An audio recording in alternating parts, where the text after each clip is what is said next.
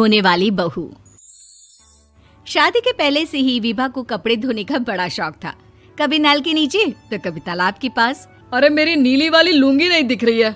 विभा की अम्मा, कहाँ रखी है लुंगी? अरे वो तो विभा ने परसों ही धोकर रखी थी आपकी अलमारी में, देखो वहीं होगी। वो ना मैंने आज धो दी, मुझे लगा कि गंदी हो गई होगी।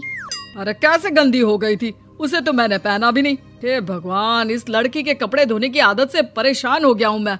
जितना तो घर में राशन नहीं आता, उससे कहीं ज्यादा डिटर्जेंट पाउडर का खर्चा है। इसकी शादी करवा दो, शादी जाए अपने घर में ही करे काम, फिर चाहे घर के कपड़े धोने हो या पूरे गांव के। हाँ ठीक बोल रही हूँ, देखता हूँ मैं कोई लड़का। वो दिन भी आ जाता है जब विभा को देखने लड़के वाले आ जाते हैं। लड़की मुझे अच्छी लगी। होने वाली सास कहती है, बेटी अगर कुछ पूछना है तो पूछ लो। वैसे तो हमारी लड़की बहुत ही शर्मीली है, जो बोल दो वो मान लेती है, इसे क्या पूछना होगा। अरे कैसी बात कर रही हो माँ, मुझे इन लोगों के घर रहना है, सवाल तो कई है। हाँ हाँ बेटा, पूछ लो ना, क्या पूछना है। आप लोगों के घर कपड़े कौन धोता है?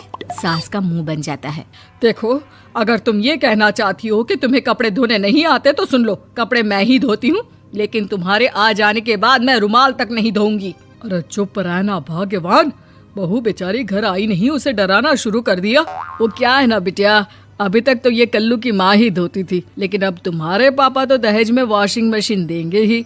तभी विभा की माँ बोल पड़ती है, सवाल भी पूछा तो क्या। वैसे भाई साहब, मशीन की तो फिर भी कपड़े धोने की कैपेसिटी होती है। मतलब जो बिटिया दे रहे हैं ना विभा, इसे कपड़े धोने का बहुत शौक है। ये आप लोगों के क्या, आस पड़ोस गांव मोहल्ले सबके कपड़े धो दे और उफ तक ना करे। बाहर देखा नहीं आपने कितने कपड़े सूख रहे हैं? सब हमारी बिटिया ने ही तो धोए हैं। बस भी करो ना माँ, शर्म आ रही इतनी तारीफ सुनकर।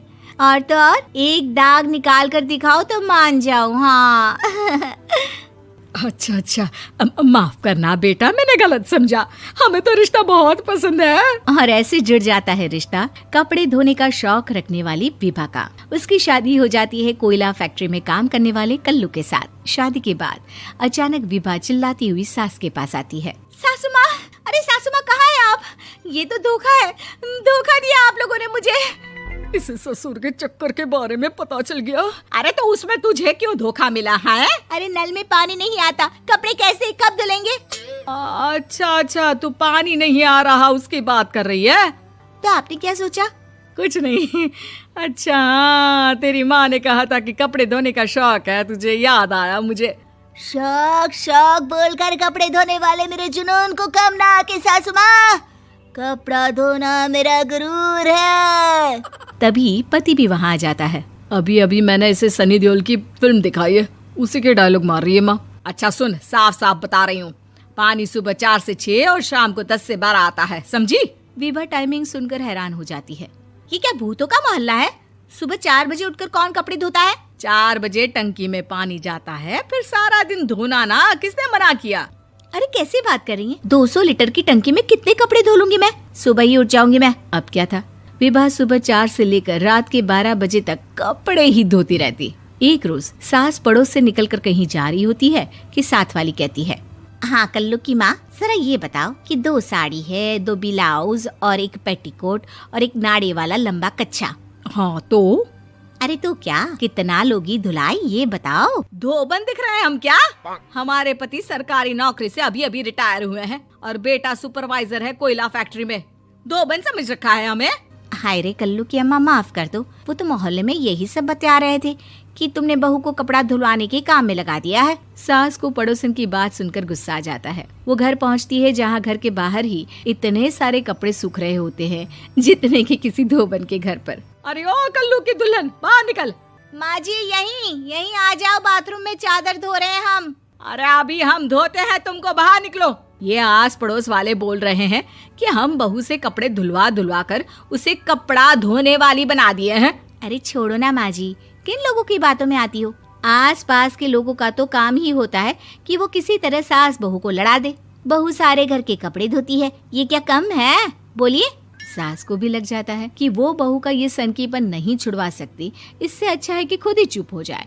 एक रोज सास और बहू मंदिर जाते हैं, जहाँ सास की साड़ी वहाँ खड़ी भीख मांगने वाली से मिलती है। माँ जी क्या बात है, आपकी साड़ी उस भिखारन से कितनी मिल रही है ना? हाँ हाँ, देखो तो दोनों की साड़ी मिल रही है। क्या बात है कल्लू की अम्मा, तुम खुद को तो अफसर की बीवी बताती हो और ऐसी सिंपल सी प्लेन साड़ी पहनकर घूमती हो। सिंपल और प्लेन नहीं है ये साड़ी। तो क्या सोने के धागे से फूल बने हैं? कुछ भी सासू माँ, कुछ भी। हाँ, बने थे इस साड़ी में सोने के धागे से फूल। मेरे पति लेकर आए थे मद्रास से स्पेशली मेरे लिए 10,000 की।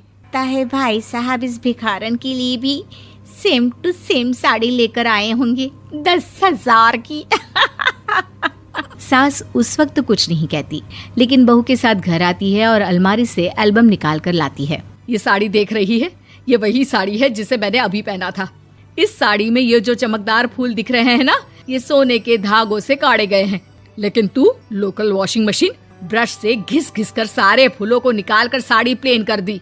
मुझे माफ कर दीजिए सासू माँ। और तो और, जब मैंने तुझे तेरी गलती के लिए कुछ नहीं कहा, लेकिन तूने तो सबके सामने मेरा मजाक ही बना दिया। क्यों? बहू को समझ में आ जाता है कि अब से उसका कपड़े धोना बंद।